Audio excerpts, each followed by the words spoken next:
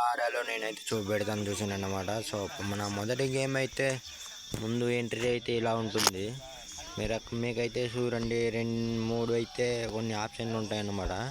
ఒకటి వెనక్కి, ఒకటి ముందుకి, ఒకటి అయితే జంప్ చేసేది.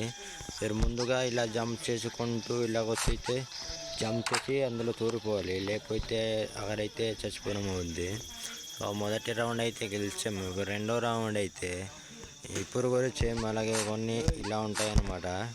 ఇలా అయితే చచ్చిపోతాము. మీరైతే కంగారు పడకుండా ఇక్కడైతే 2 జంపులు అనేది చేయాలి. మీరు మళ్ళీ రావాలంటే ఎక్కడినొక్కైనా సరే అయితే మళ్ళీ అయితే వచ్చేస్తారు. కానీ అయితే ఇలా జంప్ చేసిన తర్వాత రెండోసారి ఇలా జంప్ చేసిన తర్వాత రెండో గేమ్ కూడా కంప్లీట్ అయిపోయింది. ఇప్పుడు 3 రౌండ్ అయితే వచ్చింది. దీన్ని ఎలా కంప్లీట్ చేయాలంటే చాలా జాగ్రత్తగా అయితే ఆడాలన్నమాట. ఎందుకంటే మీరు మొదట్లోనే చచ్చిపోతారు. అలా ముందుగానే జంప్ చేసేయాలి.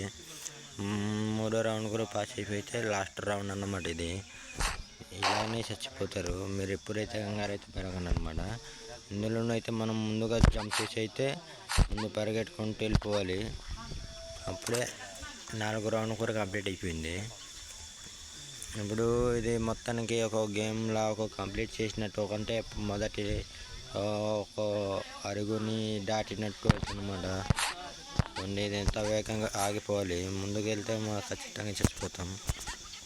చూడండి సింపుల్. ఈ గేమ్ మీకు ఎవరైనా తెలియకుండా ఉంటే గేమ్ అయితే ఆడండి అన్నమాట. ఉంటానైతే మరొక మంచి వీడియోతో కలుద్దాం. బాయ్.